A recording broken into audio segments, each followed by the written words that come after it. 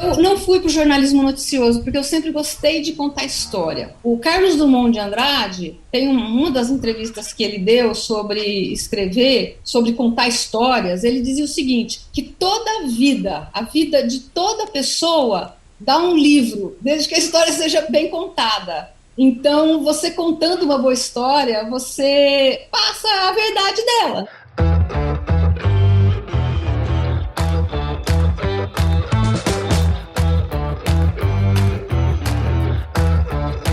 E aí, pessoal, tudo beleza? Estamos começando mais um episódio aqui do Agro Resenha e nessa semana tô aqui com a Vera Ondey, que é editora de agro na Forbes e presidente da Rede Brasil de Jornalistas Agro. A Vera é jornalista pela Faculdade de Comunicação Social Casper Libero e possui pós-graduação em Transformação Digital pela PUC. Vera, muito obrigado por participar aqui com a gente e seja super bem-vinda aqui ao Agro Resenha Podcast. Obrigada pelo convite. Em geral, o jornalista não gosta de ser entrevistado. O jornalista gosta de entrevistar. Então, eu já vou dizendo que esse é um lugar que o jornalista não gosta de estar. Normalmente não está, né? Não, mas a história é interessante e eu acho que vai ser bem legal aqui ver os seus pontos de vista sobre várias coisas, né? E você, obviamente, não é a primeira jornalista, né, que passa por aqui, mas eu tenho sempre entrevistado, sabe? Que eu acho bem legal essa ideia. Não só jornalistas, mas pessoal de outras áreas, né? Que vem, assim, se apaixona pelo agro. E que eu sempre tento trazer aqui também, que eu acho bem interessante, sabe? E pra você que tá aí ouvindo, já sabe, aqui no Agro Resenha, a porteira não tem tramela pra quem busca se informar sobre assuntos ligados ao agronegócio. Então não sai daí, porque esse bate-papo aqui vai ser muito legal. Firma o golpe que nós já estamos de volta.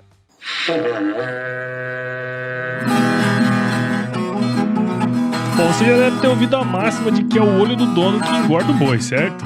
Isso é verdade até certo ponto, afinal, só olhar não adianta nada ser uma boa direção. Com base em valores como honestidade, qualidade, inovação nos produtos e excelência no atendimento, a Nutripura, que há quase 20 anos atua no segmento pecuário, te dá essa direção, oferecendo os melhores produtos e serviços aos pecuaristas, garantindo resultados positivos não só no campo, mas principalmente no bolso. E eu digo isso não é da boca pra fora não, afinal eu trabalhei lá, cara. Eu vi com meus próprios olhos a competência técnica e o cuidado com o negócio do cliente. Saiba mais sobre a Nutripura em www.nutripura.com.br e fique ligado nos artigos que saem no blog Canivete, que na minha opinião é o melhor conteúdo sobre pecuária de corte que você vai encontrar na internet. Siga também a Nutripura nas redes sociais, é só chegar lá no Instagram, Facebook, Twitter e YouTube e fique atualizado sobre o que há de mais avançado na pecuária. Nutripura, o produto certo na hora certa.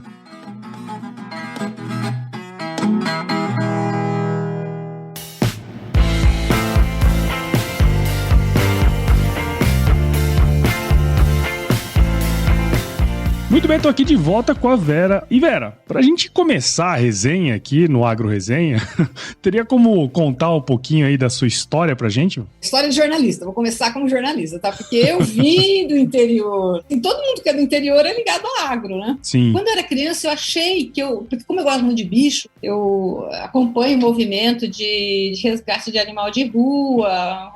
Acho que as pessoas têm que adotar. Nas minhas redes sociais eu chamo muito para adoção de animais. Eu sempre gostei muito disso. Eu achei que eu ia fazer veterinária. Depois eu achei que eu ia fazer agronomia. Aí depois, quando eu fui estudar, eu cheguei a prestar agronomia um ano, mas prestei junto jornalismo. Olha aí. Porque eu fui para um cursinho que tinha aulas de redação. E eu sempre gostei de escrever, tem um anedotário de quando estava lá na escola, primária, porque eu sou péssima para trabalhos manuais, não consigo fazer qualquer coisa, pintar, apertar parafuso, então tem um certo problema com isso. Então, era eu e mais duas amigas, as três, Luluzinha, ela ficava sempre junto na escola, e eu, nas aulas de arte, eu sempre enrolava, sempre dava um jeito de enrolar o professor e não fazia nada na sala de aula. E as minhas amigas faziam todos os trabalhos de arte para mim em casa. Eu entregava tudo pronto. No entanto, eu fazia as redações de português, eu fazia das três. Teve uma ocasião que a professora fez uma disputa, né, entre a sala ali, sobre escrita e tal. Eu ganhei o primeiro lugar, a minha amiga ganhou o segundo lugar e a outra amiga ganhou o terceiro. Na verdade, você ganhou tudo, né? Então, assim, eu sempre gostei de escrever, mas nunca me vi como jornalista até ir fazer cursinho. E sabe uma coisa interessante? Eu não sei o que tem aí nesses jornalistas, viu? Eu entrevistei você agora, que me diz que a ideia era ser veterinária. Entrevistei recentemente o Cassiano Ribeiro. Depois agrônoma. E Eu depois prestei agrônomo. agronomia. Então, e o Cassiano Ribeiro falou pra mim também que ele queria ser veterinário. E se tornou jornalista. Aí, quem que é aquele que, um mais velho, que até se aposentou e agora tá fazendo veterinária? Como é que é o nome dele? Me fugiu na memória aqui agora. Um jornalista super famoso, Boris Casoy. Olha, que legal, eu vou fazer isso. Eu cheguei a prestar agronomia. Na Unesp, eram 3 dias de vestibular. Uhum. Eu prestei vestibular para jornalismo e fui na Unesp depois agronomia. Eu fui o primeiro dia, o segundo dia, o terceiro dia eu não fui prestar vestibular, porque se eu passasse eu teria que decidir. Eu decidi antes.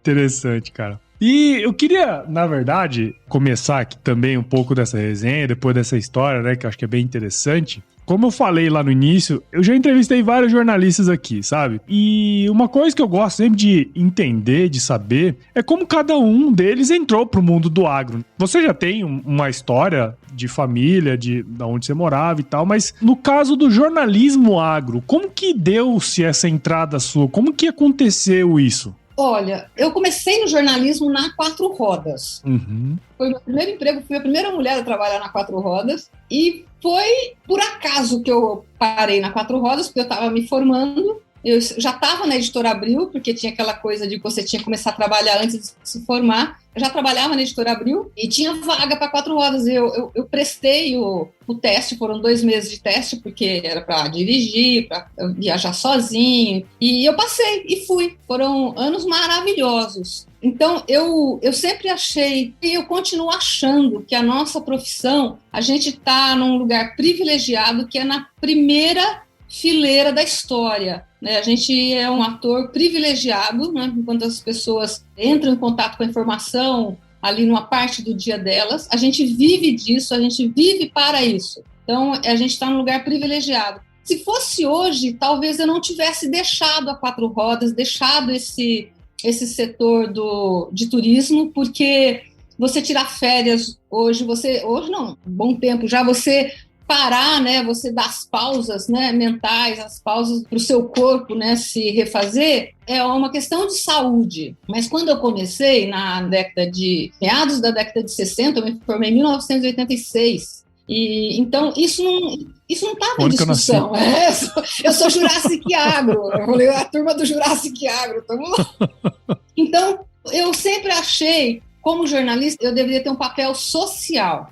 E na época que eu quis sair desse jornalismo de turismo, eu não enxergava essas pausas de corpo e mente como algo social, como um papel social. E a produção de alimentos, né, eu vim do interior, quando eu era criança, eu morava do lado de um delegado agrícola, ele passava em casa, me pegava e eu ia em dia de campo, porque eu gostava de ir. O Dr. Lorival, ele foi uma pessoa muito importante ali na região de São José do Rio Preto, como delegado agrícola ali do interior do estado, e ele passava em casa e me pegava. Eu ia ver dia de campo de feijão, eu lembro que eu tinha 8, 9 anos, estava dia de campo de feijão, mas não fazia a mínima ideia que um dia eu seria jornalista. É interessante, né? Porque a hora que você vai juntando as coisas, né? A história e tal, você vai entendendo também um pouquinho do estilo, né? Por exemplo, assim, eu quando leio um texto seu, eu sei que é o estilo seu, sabe? É bem interessante esses negócios, porque eu acho que isso também é muito difícil. Porque, assim, o que você coloca ali é muito da sua história também, muito de como você enxerga o mundo. E eu acho que é difícil, assim, eu acredito que seja, tá? Não sei se eu tô falando certo, mas eu acredito que seja muito difícil um jornalista ter um estilo tão próprio que a outra pessoa reconhece.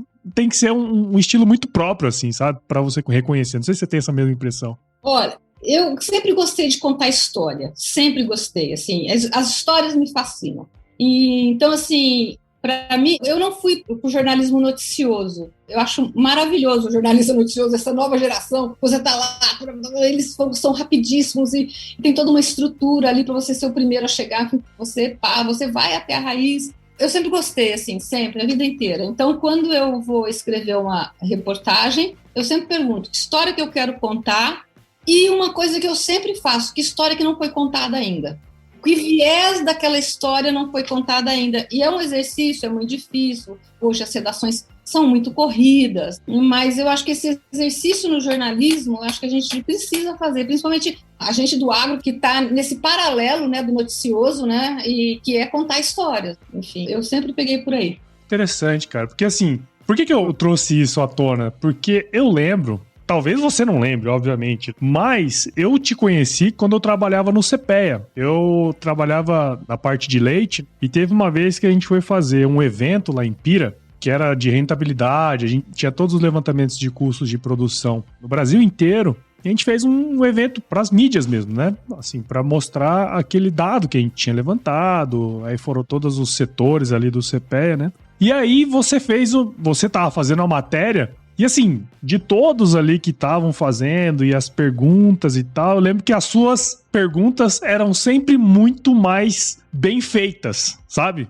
Porque assim, depois eu tive muita oportunidade de dar entrevista para outros jornalistas e tal. E você vê que muitos deles não vêm preparados o suficiente para fazer a pergunta certa. Porque eu acho que o grande lance é você fazer a pergunta certa. A pergunta certa que vai vir e te municiar ali com a narrativa que você tá querendo dar, a história que você está escrevendo ali, né? E eu queria entender, você já falou um pouquinho, mas bem especificamente, no seu caso, a que você atribui esse seu diferencial de ser uma boa jornalista agro, de contar boas histórias, tentar ver esses lados, às vezes a gente não para analisar o outro lado. A que você atribui isso, Vera? Olha, eu acho o jornalista tem que ser um curioso. É um ser curioso, sabe? Eu sou brasileira e não desisto nunca. Eu tenho que ser curioso. Então, e não ter medo de perguntar.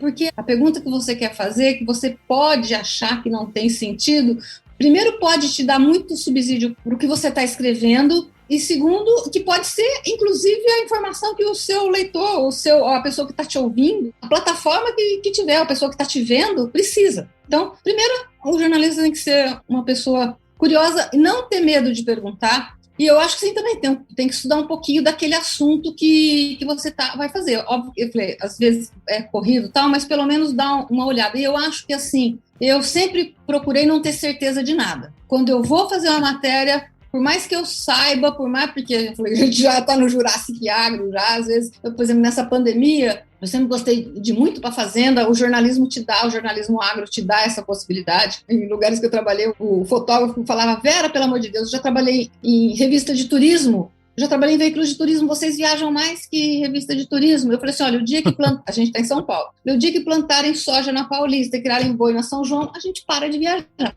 Então, assim, o jornalismo te dá essa possibilidade de estar no lugar, o jornalista agro vai para o campo ainda, que não acontece muitas vezes com outro jornalista de economia, de qualquer outro setor, nós e o pessoal da Geral, né, que vai. Sim. Então, a gente vai para lá, então você já está no lugar, então não tenha medo de fazer pergunta e estudar. E jamais ser um especialista. Assim, eu falei de faculdade, quando eu vim para o agro, né, quando eu comecei o agro, eu cheguei a fazer, eu falei, bom, quando eu fui para a DBO, na verdade, eu falei, bom, estou na Bíblia da pecuária, vou fazer zootecnia. Eu fiz vestibular, eu ia começar a fazer zootecnia, aí eu falei, mas por que eu vou fazer zootecnia? Porque daí eu vou ter as minhas verdades como zootecnista. Não posso fazer zootecnia. Eu preciso perguntar para o zootécnico. Eu preciso perguntar um cara, um especialista. Porque o especialista, o professor, faz catequese, né? Sim, você ensina. Não, a gente pergunta. Exato, isso que eu ia falar. Porque, no fim das contas, você tem que ter a curiosidade e a perspicácia de fazer a pergunta certa. Que eu acho que é esse grande lance. E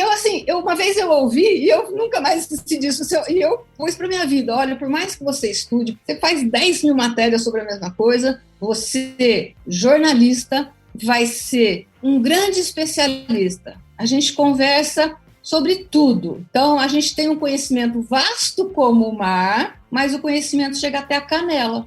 Então, você tem que perguntar. Esteja à frente de um grande especialista, de um produtor, de um professor. Essa é a pergunta. E eu faço isso, eu tenho até receio, às vezes, nas entrevistas, de ficar perguntando muito se é a chata da pergunta, né? Então, eu tento me segurar um pouco.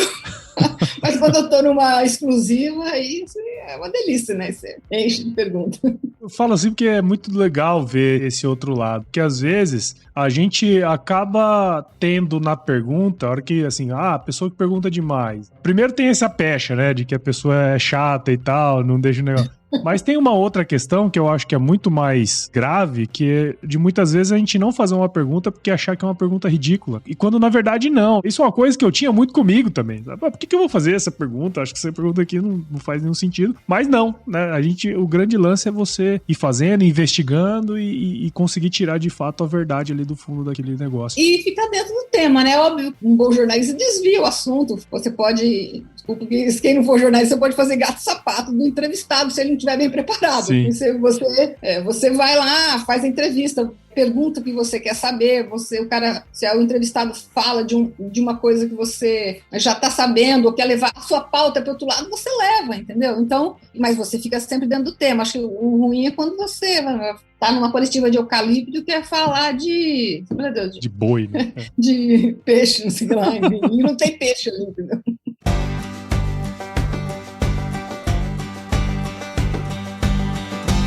E aí, tá curtindo o bate-papo, cara? Espero que sim. Mas eu tô passando aqui para te dar um recadinho. A missão da Stoller é transformar conhecimento em inovação para a agricultura, gerando valor a todos os envolvidos. Por mais de 50 anos, ela transforma conhecimento em inovação no esforço de impulsionar as culturas a alcançarem seu máximo potencial genético e atingir altas produtividades. E quando se trata de conhecimento, você pode encontrar tudo sobre fisiologia, nutrição e biologia de plantas no podcast Campo On, produzido pela Stoller. Lá, um time de especialistas aborda assuntos relacionados às principais culturas agrícolas e, como você já sabe, você pode escutar quando, onde e como quiser. Aprimora o seu conhecimento no site da Stoller, o www.stoller.com.br.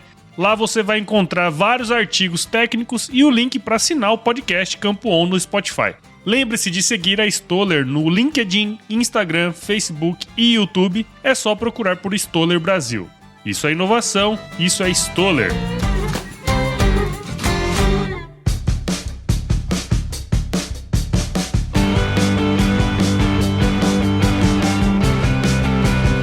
E, Vera, tem um ponto também que eu sempre gosto de entender um pouquinho do pessoal, é sobre essa questão da comunicação. Isso é uma coisa até, às vezes, parece que é meio chato você ficar repetindo e tal, dessa questão da comunicação no agro. Mas eu vi uma entrevista sua, não lembro onde, que você comentou um pouco sobre esses aspectos, e para você que vive esse dia a dia, a comunicação do dia a dia, de estar vendo o que está acontecendo e analisando, enfim, vários grupos também. O que na sua visão, como, né, o agro deveria... Que caminho, sei lá, a gente deveria seguir nessa questão da comunicação? Se a gente deixa ela de massa ou dá subsídio para os nichos avançarem dentro das suas áreas? Como que você enxerga essa questão? A comunicação passa por um momento turbulento. Os comunicadores, a comunicação, os caminhos, você tem toda a parte dessa transformação do online, né? Então, assim, quando você está no olho do furacão, é muito difícil você olhar o furacão. Então, assim, por exemplo, talvez a análise que você faça hoje não sirva para daqui 2 anos,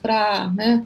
Outro dia eu falava que a Netflix nos trouxe uma comodidade a preço justo, em conta, e isso, você quer a informação nesse mesmo esquema, justo, em conta, ali na hora e tal. E aí eu falei, mas não é Netflix. Não, eu falei, tudo bem, a Disney já tá acima da Netflix, tá dando um banho, mas é como conceito. Enfim, então, assim, as coisas vão mudando muito rapidamente. Então, é muito difícil você fazer uma análise abrangente estando no olho do furacão. Mas o que eu enxergo, hoje eu estou num veículo que fala para fora do agro. Uhum. Tem uma área lá que a gente fez, quem é do agro tá lá, vai lá nas redes sociais, no Forbes Agro, tem a editoria Forbes Agro, mas de modo geral a gente está dentro de uma plataforma diversa, né? Uma plataforma que fala de vários assuntos. Então hoje, eu sei que eu falo com um público que não é de agro, e esse público tem assuntos que eles são muito reativos, tem matérias que eu faço hoje que eu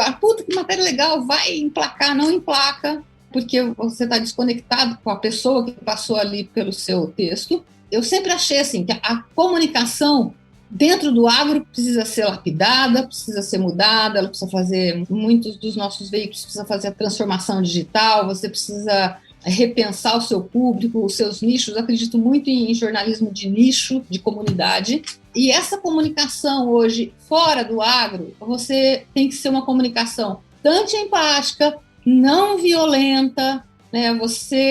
Eu falei assim, já da catequese, né? Uhum. O jornalismo não é catequese, a academia faz, né? Os especialistas fazem isso. Mas quando eu penso em comunicação fora do agro, comunicação para esse público, é realmente pegar na mão, praticamente uma catequese. E você respeitar. Quando ele te lança uma pedra, quando ele te ataca, né, evidentemente ele não estou falando que está te matando, ele está verbalizando aquilo, aquele descontentamento, é porque ele tem uma percepção do agro que não é boa. Uhum. E a percepção vem da experiência. Então você tem que contar para ele que nem tudo são flores, mas nem tudo são coisas ruins, que o mundo é diverso. E o próprio setor faz isso de vamos separar o joio do trigo, quem desmata não é produtor, enfim. E essas coisas, as histórias, as boas histórias, essa conversão, né, essa catequese do seu público, você tem que fazer e tem que respeitar e tem que dar aquilo que ele precisa e aquilo que você acha, aquilo como você como comunicador, né, você estuda o seu público, você sabe onde que ele está, você sabe o que emplaca, né? Eu não gosto da palavra, tal do engajamento, né? Engajados, né? Mas é você olhar, isso sempre existiu, né? Isso sempre existiu. O que muda hoje é a velocidade e as plataformas. Eu não gosto da palavra disrupção, não me venha com a palavra disrupção, que na verdade é você que está lá fora do ar, porque o mundo é uma constante mudança, o mundo é uma constante estar em movimento, e se você não está em movimento, realmente, de repente, você acha que houve uma disrupção aqui. Sim, sim. Houve uma evolução, você estava dormindo. Sem dúvida. E tem um aspecto interessante, né, que eu acho que naquela época que eu te conheci, você trabalhava para revista. E hoje você fez aqui uma pós-graduação em transformação digital. É bem interessante pegar essa mudança também, né? Você pegou todo esse período do veículo impresso. Hoje ainda existe o veículo impresso. É uma coisa bem interessante isso, né? Tudo ainda existe como sempre foi, mas mudando loucamente. Eu fiz transformação digital fora do agro, não tem nada a ver com o agro. Entender o que tá acontecendo, né? Exatamente. Porque assim, igual eu sempre uso um exemplo dessa questão do digital muito interessante. Eu tenho um Kindle, eu gosto de ler no Kindle, mas o Kindle, ele me serve em determinados momentos. Mas a maioria dos momentos, se eu pudesse escolher, eu lia o livro físico. Então, assim, as coisas elas existem ao mesmo tempo e essa transformação ela é gradativa. Para mim, a grande transformação que vai ter é que, por um tempo, o online, né, te deu a sensação de que tudo é de graça. E realmente tem muita coisa de graça. Só que o conteúdo bom não é de graça. Isso custa. Não à toa, alguns jornais dos Estados Unidos falam, você quer papel ou você quer o online? Não preço. Porque o trabalho do profissional, tanto faz a plataforma que tá, tanto faz, sabe? Se ela chega de uma maneira ou de outra. Então, a entrega, assim, o que é que você vai entregar? Obviamente, as revistas impressas, o papel, tem realmente um grande desafio, porque ela tem o formato do papel. E, no entanto, o formato da revista não é o papel. É o empacotamento do que você faz. Então, hoje, realmente, quem empacota, de que maneira você empacota, é realmente um grande desafio. E, por exemplo, na Forbes, a gente está fazendo fortemente essa transformação digital, indo atrás de onde é que está o público. Tem a revista, tem o papel, mas tem, como várias outras, tem o app, tem o Instagram, tem o LinkedIn, A gente está com 7 milhões de seguidores no Instagram, mais que a Forbes americana. Chegamos a 1 milhão no LinkedIn. Tem no Facebook. O TikTok convidou a Forbes para produzir conteúdo para o TikTok. Então, assim, a gente já está no TikTok já há um ano. Produzindo, não estamos dançando lá. Estamos produzindo conteúdo. Então, assim, a maneira de você transmitir o jornalismo, e ele vai ser cada vez mais necessário, porque você vê um curador de conteúdo, eu acredito muito na nossa profissão, e que está em xeque, mas eu acho que tem grandes desafios que vão ser vencidos, porque, como eu falei, a gente está 24 horas por dia curando, né, o que acontece no mundo, no nosso caso, curando o que acontece no agro, e tem que ter um profissional. Evidentemente, hoje todo mundo produz conteúdo, se você pensar em conteúdo, todo mundo, e tem contas. Até o engenheiro agrônomo aqui, ó, fazendo um podcast, né? Não, e gera conteúdos maravilhosos. Hoje, o mundo produz mais conteúdo do que é capaz de consumir. Sim. Isso tem dados, não sou eu que estou falando, não, tem dados da Meta, na época que se chamava Facebook ainda, mas tem dados, você produz mais conteúdo do que é capaz de consumir. Qual que é o grande desafio?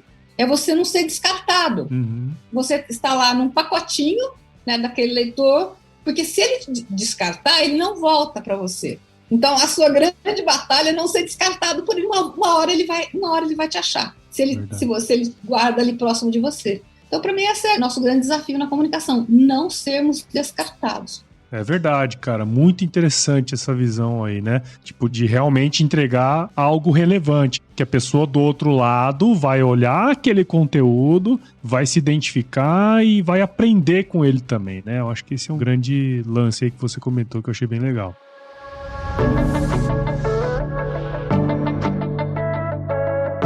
O sol, que é tão importante para a atividade no campo, pode ser também um grande aliado na redução de custos com a energia elétrica da sua empresa rural e um baita de um negócio para quem quer investir nesse setor que só cresce ano após ano.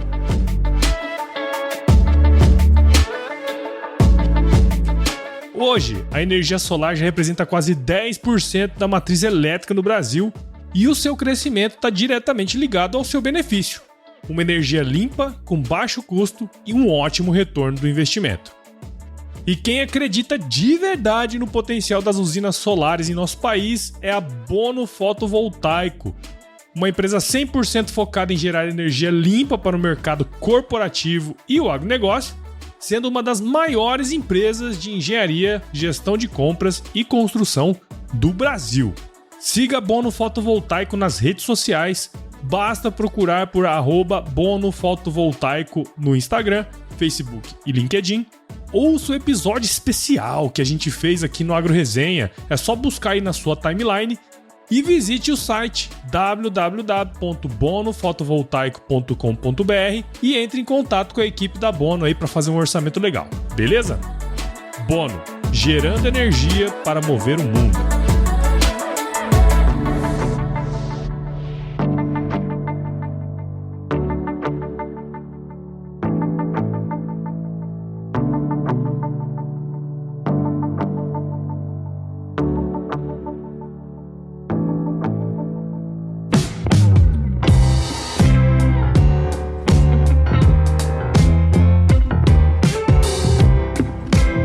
E aí, pra gente ir pros finalmente aqui, como eu falei lá atrás, eu acompanho as suas publicações, tá sempre ali de olho, né, no que você tem feito. Todos os textos muito bem elaborados, especialmente essas matérias que acho que eventualmente você faz umas matérias mais parrudas, assim, com essa história, essa contação de história que eu acho bem legal. Eu, obviamente, que deve ser um trabalho bem grande aí de pesquisa, entrevista, e depois juntar tudo isso numa matéria que fique legal de ler, ao mesmo tempo ser relevante, que é esse papo que a gente tava falando aqui agora. Como que surge essas matérias, assim? Eu lembro que, agora, recentemente, você postou uma dos millennials. É bem interessante esse ponto, porque assim, às vezes você tá vendo lá uns moleques lá de coque no meio da lavoura, né? E você não entende muito bem, mas e por que a gente vê tão pouco delas hoje em dia, Vera? Eu gosto de ficar atento aos detalhes, assim, eu acho que não é só o diabo que mora nos detalhes, a vida mora nos detalhes. Então, assim, você falou desse menino, né, a geração Z vai... Olha, essa matéria foi um rebuliço nas nossas redes sociais. O pessoal,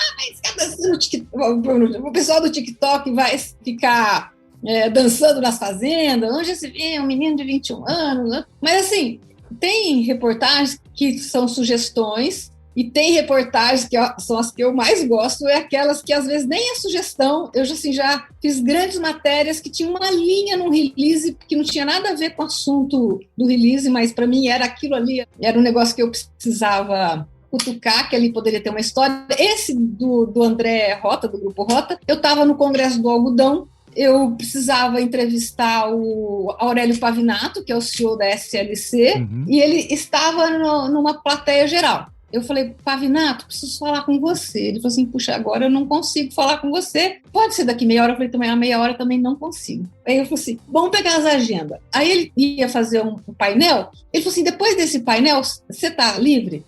Eu falei, tô. Então eu vou lá assistir esse painel seu, um painel super legal sobre inovação. Falei, vou lá assistir esse painel. E eu, assim, doida para que o painel acabasse, muito legal, peguei pauta e tal, mas eu queria fazer entrevista com ele porque ele ia entrar numa matéria que eu estava escrevendo. Aí eu falei, cara, acaba logo essa matéria, acaba logo esse painel e tal. Aí, na hora das perguntas, não acabava nunca. Aí um menininho levanta. Eu falei, ai, meu Deus do céu, vai logo, filhinho. Na hora que ele começou a perguntar, mas a pergunta era tão encaixada no tema que eu estava ouvindo ali sobre inovação, fazia tanto sentido que eu falei, não, esse menino deve ter algum valor. Quem será que é ele, né? Aí terminou, eu fui lá, falei, quem que é você? Aí eu falei, tal. Eu falei, me conta a sua história, então. Tá bom, pode ser no final da tarde? Eu falei, agora também não dá, porque eu entrevistar. Pode. No final da tarde, a gente conversou durante 3 horas. Caralho.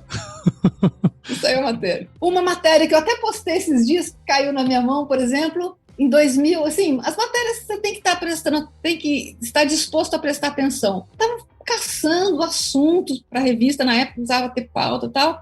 Aí eu ouvi assim, olha, o Brasil precisa aprender a vender o seu milho. Eu falei, como assim? A exportar o seu milho. O Brasil não exportava. Uhum. Aí eu fui atrás. Deu uma capa, tipo, você ainda vai ter o meu milho. Fizemos uma puta entrevista com o pessoal da Bom Futuro. E na época, teve gente que chegou pra mim e falou assim, essa matéria não podia ser feita porque você falou que o pessoal tá ganhando dinheiro plantando milho, que as pessoas falaram, eu tô ganhando dinheiro plantando milho. Uhum. E você não pode fazer isso porque você está inflacionando o mercado. Nossa Senhora. O Brasil exportava naquela época 9 milhões de toneladas e hoje exporta 20 milhões de toneladas. Cara, eu tenho uma raiva dessas reações de mercado. Acho que muito por ter trabalhado em CPEA e MEA, essas coisas só, mas, putz, tem umas visões que são muito limitadas, né? As histórias vão caindo no meu colo e eu vou contando. Putz, assim, eu poderia ficar aqui, ó, a gente poderia ficar horas aqui trocando essa ideia, eu acho muito legal, assim. Primeiro de tudo, o seu trabalho. E, assim, eu sou um fã desde aquela época. Uns anos atrás eu fiz uma mudança e naquele dia você me deu um cartão, cara. E eu tinha esse cartão nas minhas coisas. Eu falei, cara, olha só, velho, eu já tinha um podcast. Puta, um dia eu vou entrevistar a velho. E olha aí, você tá aqui no podcast. Então eu queria agradecer demais a sua participação aqui. Dizer que pra mim foi muito legal conhecer a sua história, tudo que você tem feito aí. Tenho certeza que quem tá do outro lado também, seja ele jornalista ou não, entender um pouco também do seu trabalho. Então muito obrigado e parabéns, viu? Eu é que agradeço o convite, passou rapidinho. Passa rápido. E, ô Vera, conta pra gente aí, como que quem tá escutando a gente aqui agora pode acompanhar o seu trabalho? Acompanhando a Forbes, é onde eu tô hoje, acompanhando a Forbes. A gente tá nas 2 plataformas, a gente não tem hoje, a gente tá em tudo quanto é lugar, Forbes tá lá. E essa experiência é muito interessante porque a Forbes é um título internacional, é uma revista uma plataforma, a gente tem mania de falar revista, mas é uma plataforma em 28 países e o Brasil é o único que tem agro, não por acaso, né? Sim, claro. Então, assim, a gente também é uma experiência internacional de levar agro. Evidentemente, assim, óbvio que tem temas, né, de agro, mas não tem uma editoria. A Forbes Argentina tem uma editoria de tech, né, de tecnologia, e agro está dentro de tech. Mas agro mesmo ela não tem. Então, assim, aí eu fico olhando a Forbes na China, a Forbes na França, a Forbes na Itália, e vou tentando ver o que eles falam, né, de temas de agro para ver a abordagem que eles tenham. Sim. É interessante que você pega as plataformas digitais, a grande maioria coloca agro dentro do caderno de economia. E agora eu tenho percebido que agro virou mesmo uma editoria. Isso é bem legal. Isso é interessante. Muito interessante. Desmamada a editoria de economia. É.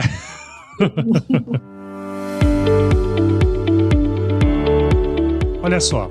Eu nem preciso te dizer que produzir alimentos para as próximas gerações será cada vez mais desafiador, né? Com uma demanda crescente por alimentos e com o uso racional dos recursos naturais, só o conhecimento e o trabalho duro podem nos ajudar a enfrentar esse desafio.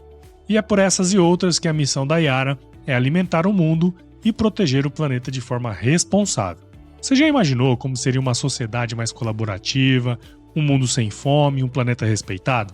Pois é pensando justamente nisso que a Yara busca crescer de forma sustentável, promovendo a nutrição de culturas ecologicamente corretas através de soluções de energia com emissão zero, aumentando assim o valor em todos os elos do agronegócio. Top demais, né? Conheça mais sobre a Yara no www.yarabrasil.com.br e aproveite para navegar na plataforma de e-commerce novinha em folha, onde você pode comprar fertilizantes de uma maneira diferente e com a confiança de sempre. lembre-se de seguir a Yara no LinkedIn, Instagram, Facebook, Twitter e YouTube. É só procurar por Yara Brasil Oficial. Yara e você, nutrindo hoje para colher sempre.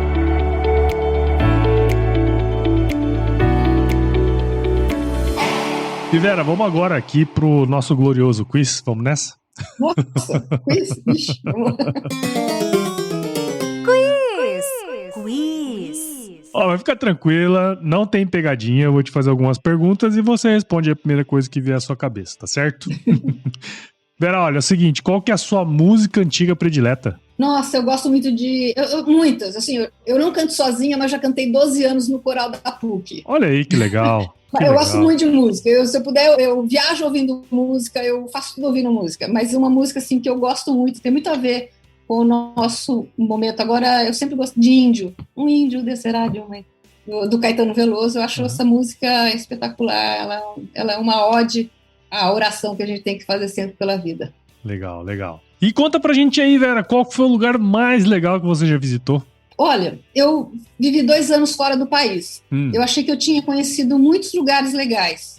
Mas quando eu fui a Fernando de Noronha, eu achei um lugar espetacular, assim, como passeio. Legal. Se você falar de agro, tanto lugar legal, mas uma coisa que me encantou, assim, do último período, né? É a Serra do Roncador. Tem um trabalho muito legal. E antes disso, tinha me encantado muito, que é uma região que eu acho espetacular, que inclusive a Serra do Roncador está ali, que é o Vale do Araguaia. Aquilo lá é maravilhoso. Tem lá do Mato Grosso, tem lá de Goiás. Eu ia para aquela região quando era criança, cara. Aquela estrada lá nem era estrada direito. Do agro é difícil falar, né? Porque tem cada fazenda maravilhosa, tem cada coisa, tem cada lugar. Cada fazenda é um universo, né? E não tem a ver com agro. Fernando de Noronha, eu achei que eu tinha conhecido muito lugar bonito. Quando eu cheguei, eu falei, gente, isso aqui é espetacular. Legal, ainda vou um dia conhecer também, parece ser bem interessante. E conta pra gente aí, Vera, qual que é a sua especialidade na cozinha? Ave Maria, até assustou. Eu adoro cozinhar, eu adoro, assim, Natal, assim, eu comando as panelas.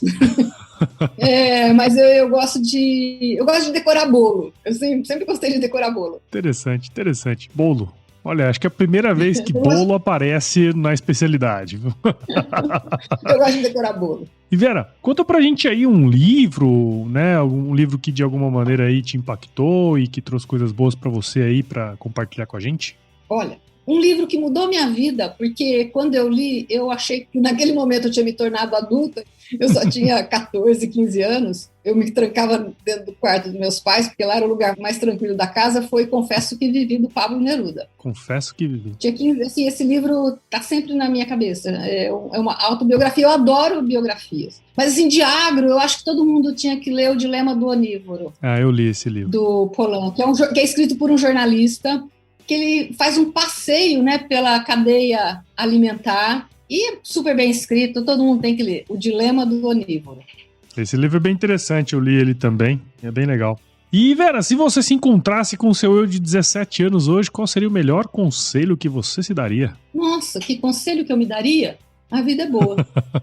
Só vai, né? A vida é boa, não sabe, óbvio que você tem, não é sair da realidade e tal, mas a gente está vivendo um período de esgarçamentos de relações e a gente tem que falar que a vida é boa, a vida é para ser aproveitada, a vida é uma jornada e não faz sentido você se indispor com o outro não é seu inimigo, o outro jamais pode ser seu inimigo. Aliás, você falou de livro, eu tenho estudado muito a comunicação não violenta e eu estou lendo um livro que se chama A Arte da Comunicação Não Violenta, que são cartas trocadas entre Mahatma Gandhi e o Tolstói, exatamente discutindo isso, como é que você se comunica de forma não violenta e como é que você atrai as pessoas. E um outro que eu estou lendo são os 50 discursos que marcaram o mundo moderno. São todas falas que te chamam para a razão. A razão te dá norteamento. E o norteamento é não seja violento. Muito bacana, boa dica, boa dica. E pra você aí, ó, que ouviu esse bate-papo que eu tive com a Vera até agora, eu tenho certeza que você viu valor nessa conversa aqui. Então considere compartilhar esse episódio com alguém que vai querer entender um pouquinho mais sobre essas questões aí que a Vera trouxe pra gente. O podcast, ele cresce na medida em que você participa junto com a gente nesse processo. Então o AgroResenha está disponível em todos os agregadores, Apple, Google, Spotify, Deezer, qualquer agregador de podcast.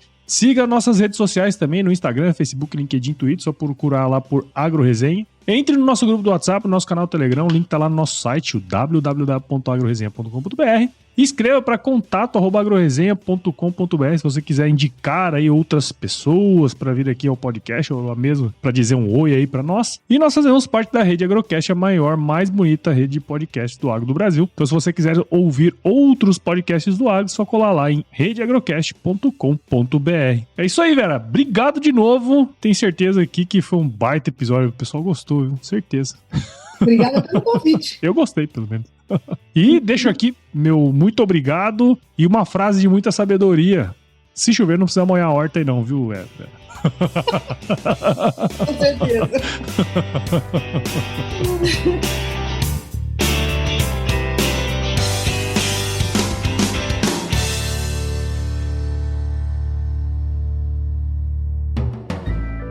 Mais um produto com a edição Senhor A.